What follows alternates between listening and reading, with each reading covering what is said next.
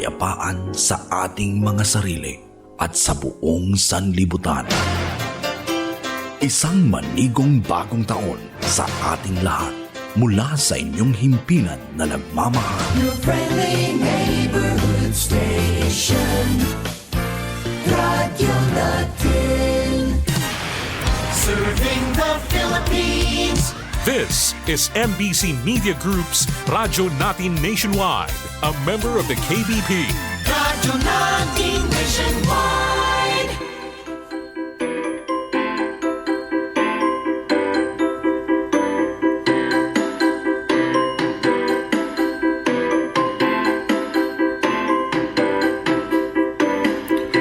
Welcome to Himaya sa Diyos, the weekly program of Sunday Mass readings, inspirational homilies by bishops and priests of the Holy Catholic Church from the Diocese of Kansas and the Diocese of the Philippines. Aniya ang Ginoo nga magmamando, anaa sa iyang kamot ang gingharian ug ang gahom ug ang kamandoan. Maigsoon ko din ni Kristo, maigbuntag kaniyong tanan. Aniya na usab kita maghandom uban sa gitawag nato sa atong liturhikanong kalendaryo sa simbahan, ang Epipanya sa Ginoo. Ang pagpadayag sa atong Ginoo isip hari ug sa imong usab usa kini ka paghandom sa tulo ka hari nga din mihalad ug mga gasa ngadto sa Ginoo isip pag-ila sa anak sa Dios na mausab ang hari sa kalibutan ug sa tanang katawhan. Sa asaman moabot kining atong paginambitay dinhi sa kahanginan nga din gipasidya ni atong sikat nga estasyon sa radyo, ang 103.9 FM Naval.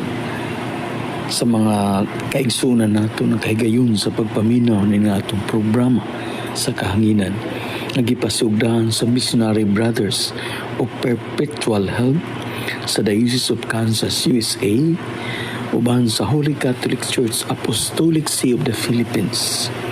Nga diin ang atong Bishop Overseer, si Bishop Stephen Grinke, uban usab kang Deacon Jaime Varili, ug sa tanan nga matuon sa Holy Catholic Church. Magkaubanan nato ng mga obispo, kaparian, diakon sa nagkalain usab nga nasud, uban sa atong paginagbitay karon, atong mga paghinangop diya sa pagpanumbayan sa maayong buntag kanilang tanan ug mabungahon ug malipayong Domingo nining Epipanya sa Ginoo ug tulo ka hari diya sa atong paghandom sa atong Kristohanon nga kinabuhi ug pagtuo. Magampo kita. O Dios, karong adlaw gipadayag mo ang imong bugtong anak ngadto sa katawhan, pinaagi sa pagtultol sa bituon. Itugot na pinaagi sa kahayag sa pagtuo, makasudong kami sa katahong sa imong himaya diha sa langit. Kini among gipangayo, pinaagi sa among Ginoong Kristo imong anak, nga buhi ug hari uban kanimo sa Espiritu Santo, Dios nga usa hangtod sa kahangturan. Amen.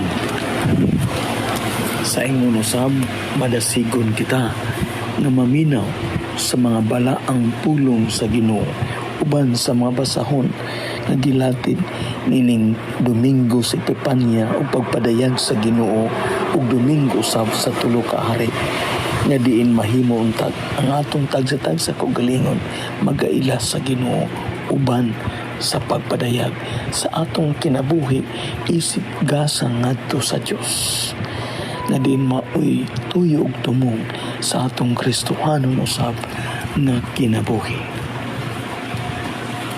Unang pagbasa.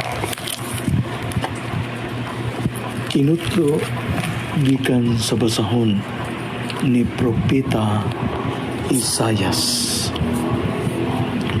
Bangon, Jerusalem, ug sidla, kay miabot na ang imong kahayag ug ang himaya sa Ginoo. misidlak na kanimo. Tabunan sa kangit-ngit ang kalibutan, ang katawhan tigyupan sa kanio, apan ang Ginoo musidlak kanimo, ug makita diha kanimo ang iyang himaya. Ang kanasuran moduol sa imong kahayag, ug ang mga hari moduol sa lamdag sa imong kahayag. Tanawa ang imong palibot. Makita mo ang nagtigom na sila ug moduol kanimo. Gikan sa layong dapit, mangabot ang imong mga anak, lalaki, ug kuguson ang imong mga anak, babae. Malipay kagayod, inig kakita mo ni ini. Mukusog pagpitik ang ibong kasing-kasing tungod sa kahidam. Kaya ang bahandi sa dagat mahianha man kanimo. Ang bahandi sa kanasuran maimo man. Malukop ka sa daghang kamelyo, sa midya o sa ipa. Ang tanan nga gikan sa silya, ang tanan nga gikan sa siba, magdalag bulawan og insenso, og mag-awit silag mga pagdaig alang sa Ginoo. Ang pulong sa Ginoo. Salmo responsorio. Ginoo ang tanang nasod sa yuta, nagsimba kanimo. O Diyos, tugahi ang hari sa imong paghukom, o sa imong katarong ang anak sa hari. Magbando siya nga matarong sa imong lungsod, ug hukman niya ang mga nag-antos. Ginoo, ang tanang nasod sa yuta, nagsimba kanimo. Ang katarong molambo sa iyang mga adlaw, ug ang halawom nga kalinaw hangtod nga mawala nay buwan. Magmando unta siya gikan sa dagat ngadto sa dagat, o gikan sa suba ngadto sa kinatumyan sa yuta. Ginoo, ang tanang nasud sa yuta, nagsimba kanimo. Ang mga hari sa Tarsis ug ang mga pulo magdala ug mga gasa. Ang mga hari sa Arabia ug Siba magdala ug mga halad.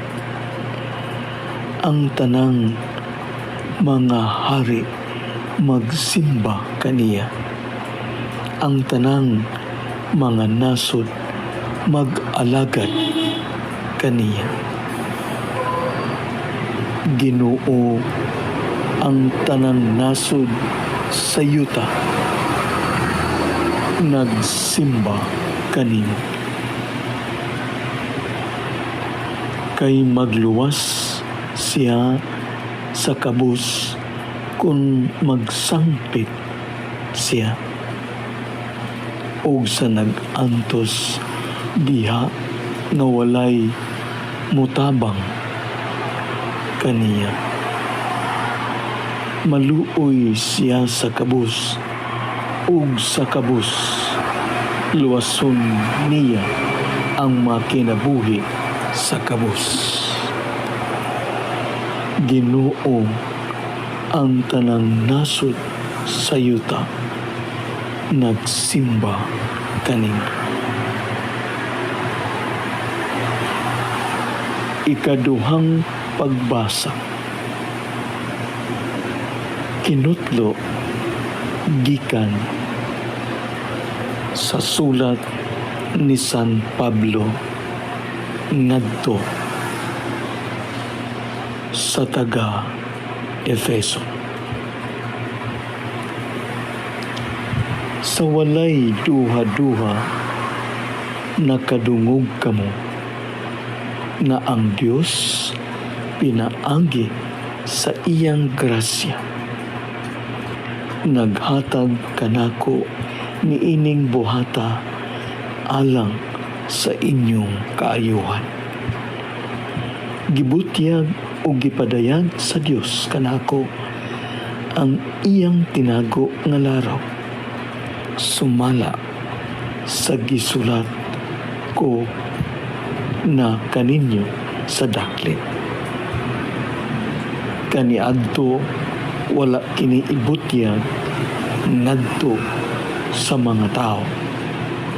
Apan karon gipadayag na kini sa Dios.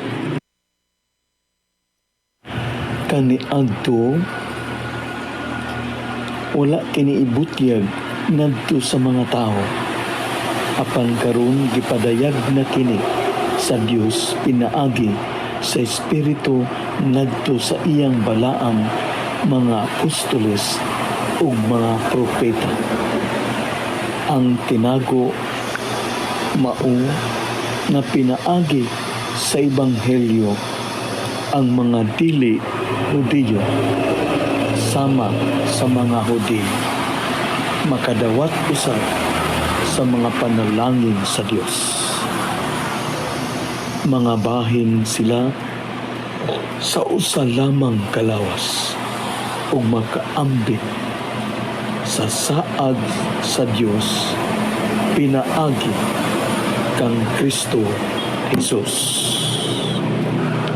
Mga igsuon, ang pulong sa Ginoo.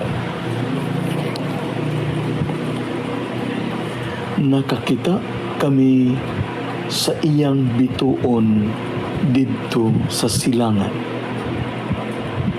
Og nanganhi kami aron pagsimba sa Ginoo.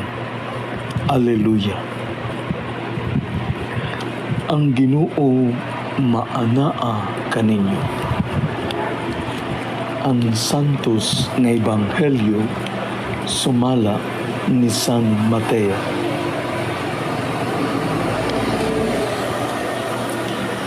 Si Jesus na tao sa lungsod sa Bethlehem, sa yuta sa Judea, sa panahon ni Hari Herodes. Unya, may pipila ka mga tao nga maalamon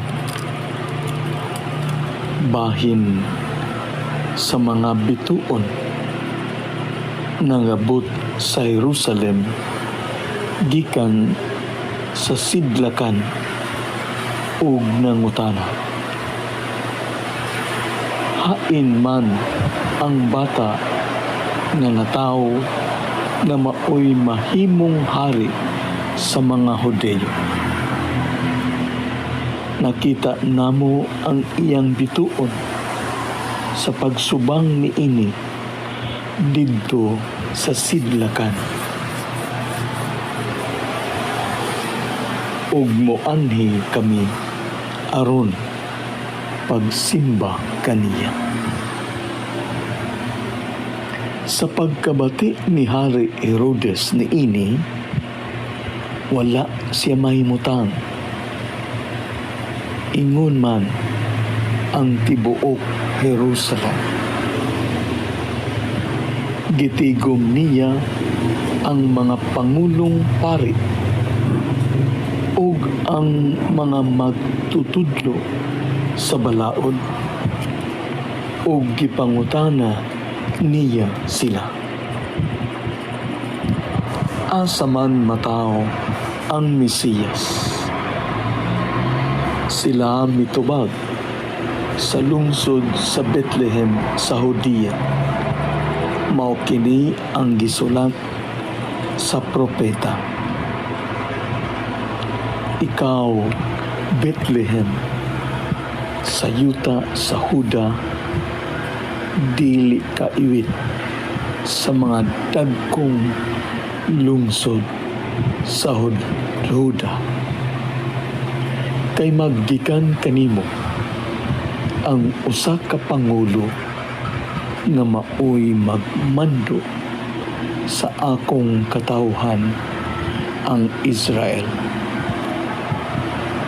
Busa gipatawag ni Herodes ang mga dumuduong nga gikan sa sidlakan alang sa usa ka tigong nga tinago ug iyang nasayran gikan kanila ang untok nga takna sa pagsubam sa bituon. Unya, iyang gipaadto sila sa Bethlehem ug giingnan. Lakaw kamo ug pangitaan ninyo pag-ayo ang bata ug sa makaplagan na ninyo siya. Paybalua ako aron mo adto ako ug musimba usab kaniya. Unya nanlakaw sila samtang nagpanaw sila. Nakita nila ang bituon, ang maogi hapong bituon na nakita nila didto sa sidlakan. Ug nag-una kini kanila hangtod na miabot kini og mihunong tungod gayud sa nahimutangan sa bata. Nalipay sila pag-ayo sa pagkakita nila sa bituon. Unya misulod sila sa balay ug ilang nakita ang bata uban sa iyang inahan na si Maria. Nanluhod sila ug misimba kaniya. Unya giablihan nila ang gisudlan sa ilang magasa ug mihalad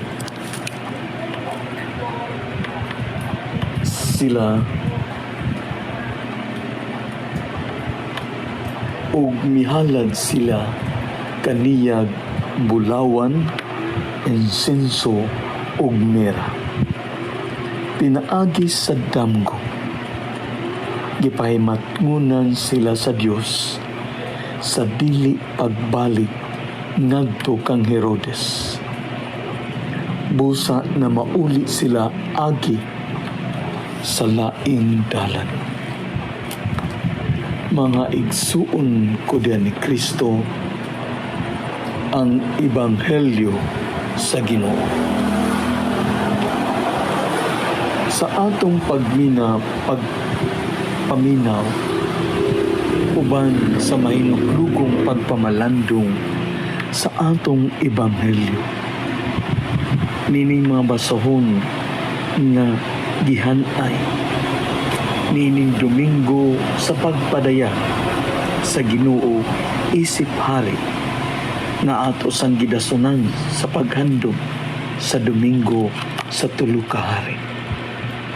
Na diin ni ini nga kamatuoran adunay mga tulo ka mga puntos nga angay natong ambitan o kinuktukan diya sa atong pagpamalandong sulod sa atong Ebanghelyo. Adunay mga tulo ka mga puntos makaigsuunan ko. Ang unang nga punto mao kini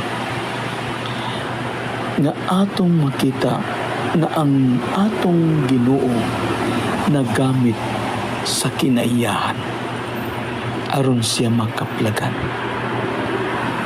Ang iyang gihimo na kinayahan na mao ang bituon. iya kining gihulagway diin aron makita o matultulan siya sa mga hari. Ang kinaiyahan usa sa atong kinabuhi. Ang ikaduhang mga kaigsunan ko, he was using sa mga tao. Ug naa ang mga hari na diin naghatag sa ilong kagulingon padulong ngadto kaniya. Nga diha sa atong Kristohanong nagkinabuhi, importante usab ang uban ug ang mga tao sa atong kinabuhi. Ang ikatulo nga punto makaigsunan ko, na diin anaa ang Ginoo, si Kristo na nakaplagan sa mga hari. Ang paghatag og bili sa kaimportante ni Jesus na mo'y natawo isip usa ka hari. Busa kung atong tukbilon sa tinagsa ang atong mga pagpamalandong. Sa ingon ni ini, atong makita ng atong Kristohanon na kinabuhi usa ka paghatag sa bili sa kinaiyahan.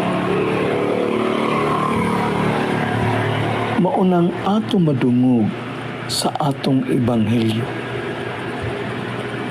nga diin gisaysay sa wala pa'y nabuhat bisan unsa. Niini atong makita nga diin si Jesus na tao sa lungsod sa Bethlehem, sa yuta sa Hudiya, sa panahon sa hari ni Hari Herodes. Unya may pipila ka mga tao na maalamon bahin sa mga bituon nangabot gikan sa Jerusalem, gikan sa sidlakan, ug nangutana hain man ang bata na natawo nga mo'y nahimong hari sa Hudiya. Nakita namo ang iyang bituon sa pagsubang ni ini dito sa sidlakan ug moani kami aron pagsimba kaniya. Ang paghatag o paglito sa kaimportante sa kinayahan nga giulagway sa usa ka bituon. Mao nang diya sa atong Kristohanong kinabuhi, ang atong kinabuhi konektado sa kinayahan, konektado sa environment, konektado sa palibot. Mao nang angay natong batyagan o kinumduman na diya usab sa atong Kristohanon nga pagpakabuhi makahatag unta kita importansya sa pagigugma, pagpangga sa kinayahan. Mao nang atong malantaw na diya sa atong mismong kagalingon aduna kitay mga kinayahan o gawin na ngay natong ampingan. Diya sa palibot ana ay mga kinayahan na ngay natong ampingan na atong makita, na atong napahimuslan ug atong magamit. Ug pinaagi ni ini nga mao nga kamatuoran makahinumdum unta kita sa atong tahas sa pagpangga sa atong kinayahan. Kinayahan sa atong pagkatao, kinayahan sa atong palibot, ug kinayahan mismo sa kalibutan ug universo nga diin gihatag kanato sa Ginoo aron ato siya makaplagan usab sa atong Kristohanon nga kinabuhi. Ang ikaduha nga punto mga kaigsunan ko, na diin adunay mga tao ug mga hari nga gigamit ug gitawag sa Ginoo aron pagduaw kaniya. Ana ay tulo ka mga hari nga din gitawag ug nahimong instrumento aron makaplagan ang Ginoo. Nga sa ato pa, sa atong Kristohanon kinabuhi, ana ang bili usab sa atong isig katao. Mo nang bisan tuod sila mga hari, wala nilalantawa ang ilang kaugalingon. kundi nakig-ambit sila padulong sa Ginoo. Nga diha sa ilang panahon siguro na sinati nila ang pagdala sa ilang mga gasa sa mga kalisod, diha sa ilang pagbaktas, diha sa ilang pagpadulong ngadto sa Ginoo. Apan ilang gipakita ng ilang kinabuhi padulong sa Ginoo. Munang atong makita na ana ang kaimportante sa bili sa atong isig katao. Unang sa atong pagpakabuhi, atong tamatagan og gugma, kaluoy o bili ang atong pamilya, silingan, isig katao o isig kaingon, o mismo diya sa kinatibukan sa atong simbahan o kapilingban. Kining mga tao na naa sa atong palibot o kabahin sa atong kinabuhi, dako o papel sa atong Kristohanon nga kinabuhi. O makaamgong ka kita sa pili sa uban sa atong Kristohanon nga kinabuhi. Nga ang uban importante o adunay bili sa atong Kristohanon nga kinabuhi. Ay katulong nga punto makaigsunan ko nga diin nakaplagan nila ang Ginoo, si Kristo nga tao nga mauyari, nga sa ato pa ang paghatag og importansya usab og bili sa pagdawat ug pagkaplag sa Ginoo sa atong Kristohanon nga kinabuhi. Mao nang nalipay sila pag-ayo sa pagkita nila sa bituon. Unya misulod sila sa balay ug ilang nakita ang bata uban sa iyang inahan nga si Maria. Nanduhod sila ug misimba kaniya. Unya giablihan nila ang gisudlan sa ilang magasa ug mihalad sila kaniya bulawan, insenso ug myrrh. Ang bili sa pagkatlag ug importansya sa Ginoo sa Kristohanon nato nga kinabuhi. Nataliwala sa ilang estado o kahimtang sa kinabuhi, isip mga hari, wala nila lantawa, kundi ilang gihatagan o bili ang Ginoo na mao si Kristo ang kahayag na mao ang hari sa katawhan sa Israel o mismo sa tibuok katawhan sa Dios, na mahimong kahayag sa kalibutan. Na nang diha, maunang diha sa atong kinabuhi, isip matuuhon sa Ginoo. Maghatag unta kitag importansya sa Ginoo, sulod sa atong pamilya, sa atong kaminyoon, sa atong pagpangalagad, ug mismo sa simbahan. Nga ang Ginoo ang pinakasentro ug kabahin kanunay sa atong Kristohanon nga kinabuhi. O ginaot paunta nga magmakanunayon kita sa pagbuhat niini sa ngalan sa atong pagtuo. Makaigsunan ko natapos na ang atong pag-inambitay sulod ng atong programa sa radyo, ang Himaya sa Diyos. Nagihatagan og kinabuhi din sikat ng istasyon sa radyo, ang 103.9 FM Naval radyo natin. Sa ngalan ni Bishop Stephen Grinke, Deacon Jaime Barili, o kiniubos na igsuon Melvin Clapano, mapasalamaton kaninyo sa inyong paggahin og panahon sa pagpaminaw sa pulong sa Dios nining atong pag-inambitay sa atong mga pagpamalandong nining Domingo sa pagpadayag sa Ginoo ug Domingo sa tulo ka ari. Mag-ampo kita.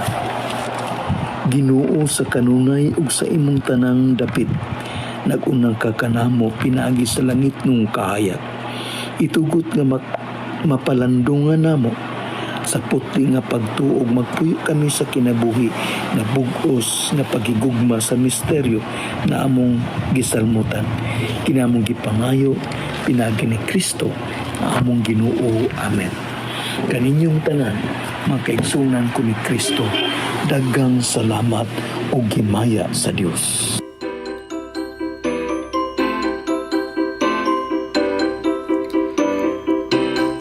This has been Himaya sa Diyos. Our program was sponsored by the Society of the Missionary Brothers Perpetual Help. Our music is furnished by Ben Sound. Join us next week at this time for Himaya sa Diyos. This is Father Steve Granke saying, Ang Ginu Mana Kaninyo. God bless you all. Our town, our radio. Radyo Natin. 3, 2, 1. Ang Robles Shipping Line maglayag na usab padulong sa Naval ug balik sa Cebu. Ania ang schedule sa mga biyahe gikan sa Cebu padulong sa Naval alas 8 sa gabi matag Lunes, Miyerkules ug Sabado. Gikan sa Naval padulong sa Cebu alas 8 sa gabi matag Martes, Huwebes ug Domingo. Apan sa matag adlawng Huwebes adunay espesyal nga ruta. Mubiya gikan sa Naval padulong sa Katbalogan alas 5 sa buntag. Mubiya gikan sa Katbalogan balik sa Naval alas 6 sa gabi. Unya alas 8 sa gabi maglayag na padulong sa Cebu. Para sa inyong mga tiket, bisitaha ang Margie Grace General Merchandise. Alang sa dugang impormasyon, tawag sa 053-507-9138 o text sa 0917-725-0848. Robles Shipping Line, kasaligan o kumpiyansa sa inyong pagbiyahe.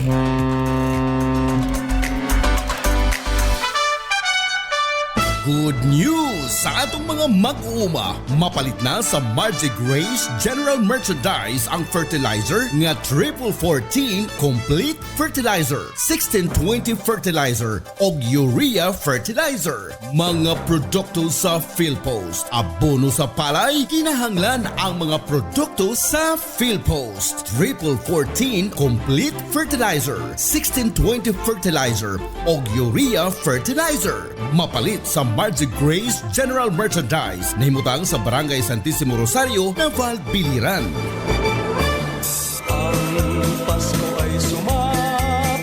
Nandyan na naman sila, kanya-kanyang pakilala sa kung alin daw ang totoo at alin ang tama. Basta ako, mula pa nung nakarang Pasko hanggang ngayong Kapaskuhan, ay istigtuan lang sa bitaminang gumagabay sa aking kalusugan. Mark C. Vitamin C Plus Zinc. Ang purong bitamina ng ating mga kasangga. Maligayang Pasko at manigong bagong taon. Hatid sa inyo ng Mark C. Vitamin C Plus Zinc. Mabibili na sa inyong mga suking butika at drugstores dito sa ating lugar.